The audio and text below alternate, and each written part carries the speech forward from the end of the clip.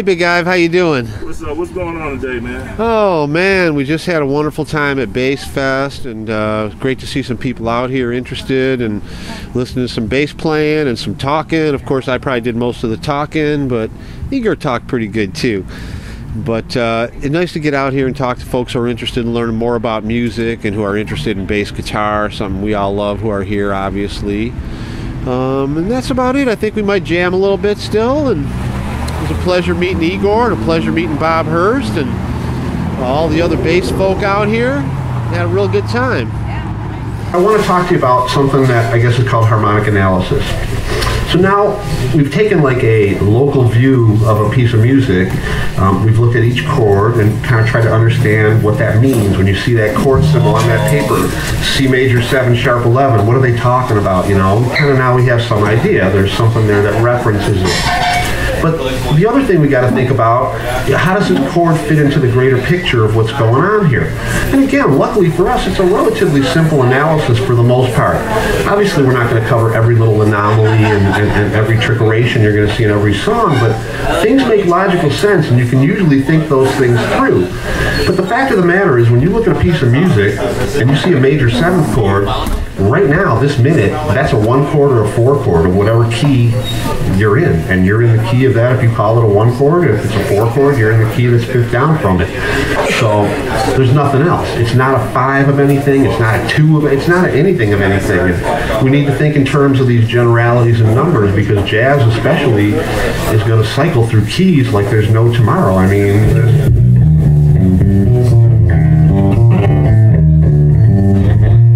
going through a lot of stuff.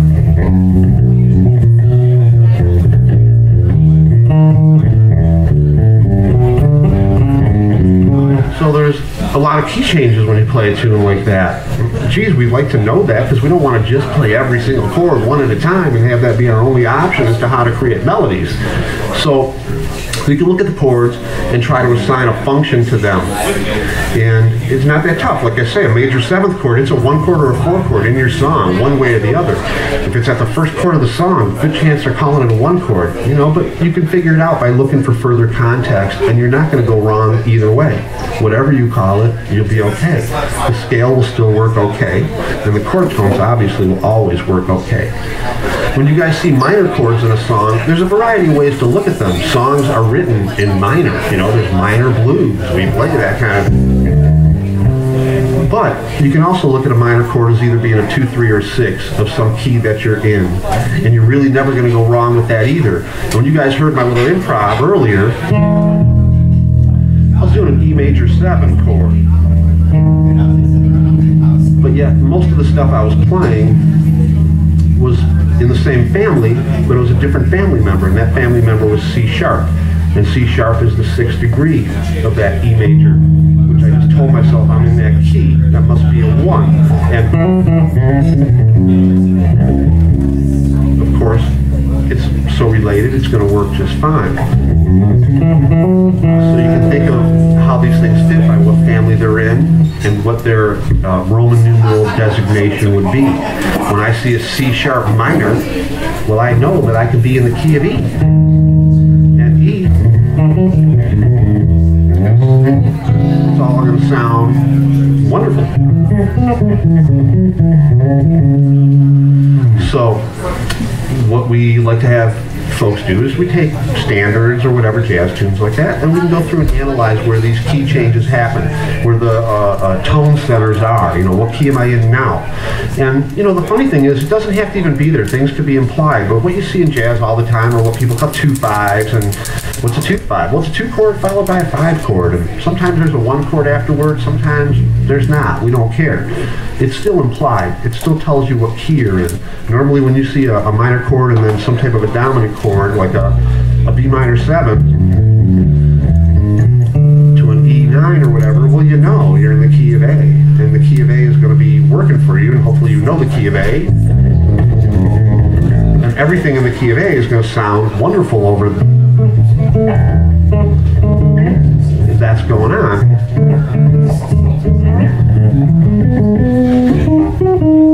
It's going to work just fine. And that was just an A major 7 arpeggio over a B minor to an E7.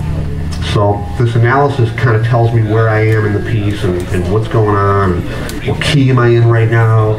So now I know that key, and I know that chord, and already I'm starting to see that I got some notes to play, so I can, start to use my hopefully creative mind and play some nice melodic parts that are going to work with the harmony that's going on behind me theoretically. Okay, there's one other little glance you could take, and I thought I'd give you the sheet because most of us as string instrument players, guitar players, this and that, most of us are pretty familiar with the pentatonic minor. It's all playing it all day long, and I don't feel we're all understanding it. I think we just play it in a root position over whatever, usually in pretty simplistic music like blues or rock, we're doing it. But the jazz greats, we're doing it in a different way and doing it a lot also. I mean, you listen to Train, there's a lot of pentatonic going on. You listen to a lot of players, there's a lot of pentatonic, and there's a reason for it. It sounds good. It just sounds good, especially applied correctly. And the reason it sounds good is I kind of try to tell people these pentatonic scales are not exactly just pentatonic scales.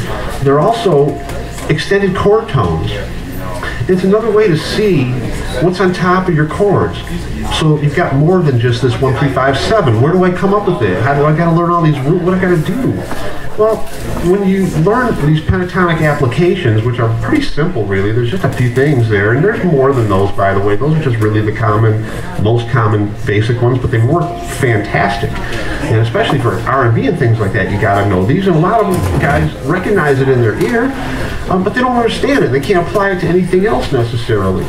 So I thought that would be a good thing to include, because again, I like to kind of think of these things as extensions of the chords.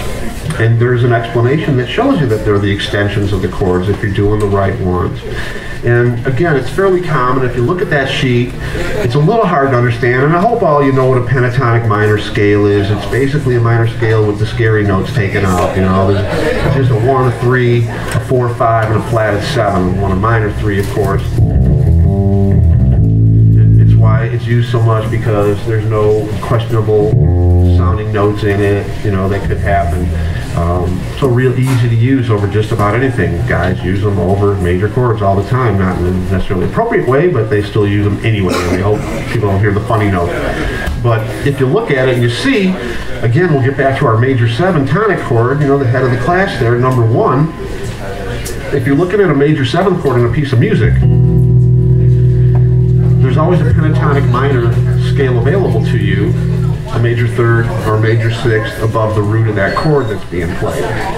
And these always sound great. For a C major 7,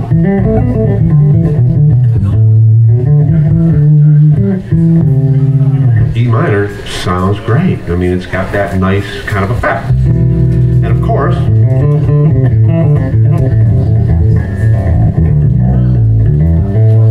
minor sounds equally nice, and they don't sound so scaly.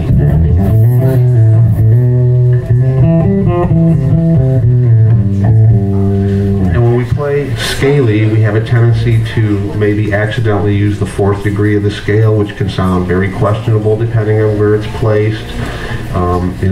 We have a tendency to sometimes use the 6th degree. There's just a couple that sound kind of funny. They're just not all that beautiful all the time. So these pentatonics give you that other choice. And if you look and see, you can see those pentatonic scales are nothing but chord tones and extensions of the chord tones. So you can just start thinking of it, geez, if I learn that formula that, hey, when there's a major 7 chord being played, go up a 3rd or a 6th, and the magic is right there. I don't have to really know the explanation. It's nice to know, and it's written there for you, so you should, you're a musician, but when it comes to the actual playing and doing it and performing it, you just got to know what it is. And you're playing C, well, you're just extending out that C chord with that E minor pen. And these things just, like I say, they sound good. We all heard it continuum, It's what's going on there. It's what's going on in a silent way. It's what's going on in a million things. Okay, so you can see what to do over major 7 chords.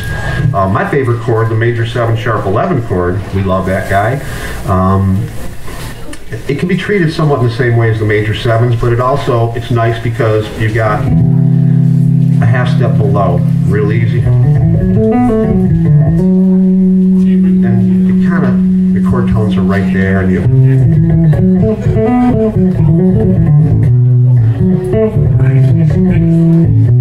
So it's a little more off sounding, and still sounds really good. So it's a wonderful option. People don't know what to do with that major 7 sharp 11 chord all the time, how to handle it. It's called the Lydian chord. It's the number 4 usually. If you see it, it's kind of usually considered to be a 4 chord. But again, it's scale too. A little less clashy than a major scale. And you can see that when you play that half step down pentatonic, you get all those notes. You just got to remember throwing the right root so you remember what chord you're really playing. All right? Does that kind of make sense to you guys, what you're seeing on that sheet right there? You all going to be able to play pentatonic minors over any chord you ever see in your life, right? Not just over a chord with the same root name, right? We like to do that. Over blues tunes, guys do that pentatonic minor. And over the 1 chord, I like to do it too, but I like to just put that major 3rd back in. Then when you go to the 4 chord, you can just take it back out. Get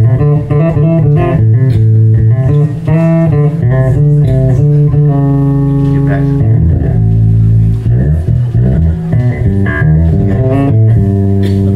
So kind of a little fun thing you can do with that. I don't know what, there's probably a name for it that I don't know, but when I do the blues, I just put the major 3rd back in that root pentatonic minor. It sounds awesome, and take it right back out for the 4 chord, so you get a real cool continuity, and guitar players do that all the time, and I play guitar too. So what's the best way to describe how to determine what key a song is in when you, if you listen to it, you're trying to learn it, and you're trying to determine what key it's in? What's the best way what's a good way, or whatever, however you call it, to figure it out? There's certain things that are sometimes obvious, and they happen relatively commonly, that songs start with what key they're in. If a song starts out, it's in a key of B, probably. This is not always the truth. A lot of songs start with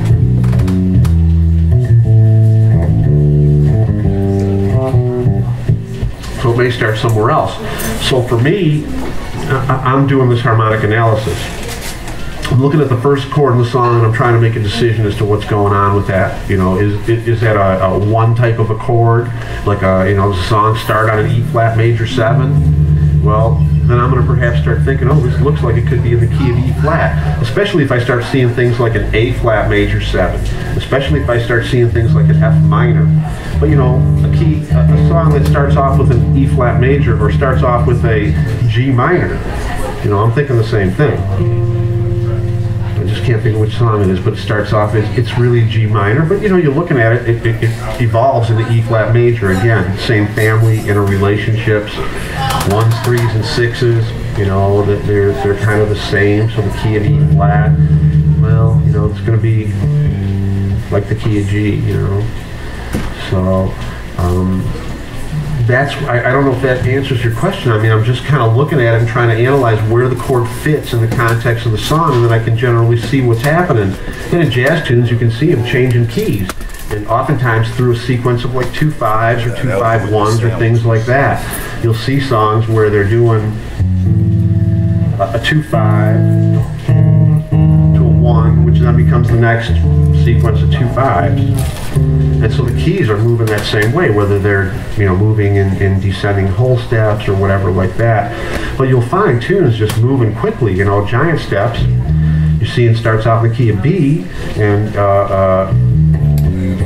very rapidly get to the key of G, because you got a 5-1 in the key of G, and then very rapidly we're in the key of E flat, because you got a 5 to a 1 in E flat, and then all of a sudden, oh my God, I got an A to a D. Well, now I'm back to the key of G, and I got a B flat 7. Oh, I'm back to the key of E flat. So it's moving along rather quickly. But the way I'm seeing that is through recognizing these chord types and where they function. When I see a dominant chord, a 5 chord, I know where it functions, and I know that's the 5th of the key that I'm in right at this moment. Whether the 1 ever shows up or not, I don't even care. I just know right now where I'm at. Next chord change, I'm seeing that coming up. I'm gonna live with that then. But the main thing to me, like I say, is understanding how to do this, harmonic analysis, the chords that are diatonic to the particular key. One or more may show up at any time, and you need to be able to put a Roman numeral above it. If you can quickly analyze the key. If you're just listening to something and wanting to figure it out, again, oftentimes it's going to start with the tonic. It's really common, and it's generally going to end with the tonic. The only other thing that I can tell you is, when I'm listening to something, I kind of, you can hear the home tonality of what's going on around, and you can kind of, hunt and peck and search for the, A is feeling smooth with everything going on. It feels harmonious to what I'm hearing, whereas, B, not so much. It's clashy sounding, so this thing is revolving around the key of A, it appears. And then I'm going to try to tighten that focus up and C. I'm generally, when I'm figuring stuff out by ear, I'm just hearing it move along, and once I see how it's going, things usually make sense, especially good music. Good music makes sense. Things will go in a way that makes sense to you. All right, ladies and gentlemen, you got some great guys coming up here. Igor's coming up, Bob's coming up, and they're going to play a little bit and talk to you all, and I hope you remember some about what we talked about, and I hope you'll try to apply it. And if all goes well and you do these things, I think you'll find your playing will improve very, very quickly. There's no reason for it not to. No reason not to understand what to play over any chord changes you see in a song very quickly. Just noodle less, practice your scales less, analyze harmony, play the chords, understand how they work, and you'll be much happier with what you're playing. Okay? And if I wanted to take some lessons, you teach lessons? If you want to take lessons, call me. I got business cards, by the way. I'm such a great marketer, I don't even mention. I've got an album out if you want to hear what I really sound like with some of the virtuoso musicians that I'm lucky enough to play with. It's called Pulp Fusion. It's kind of in that jazz rock fusion genre. And there's some just brilliant players on there, some local, some not. You guys can see me for lessons. I've got some cards. I teach out at Motor City Guitar in Waterford. I'm there all the time. I have a pretty big roster of students.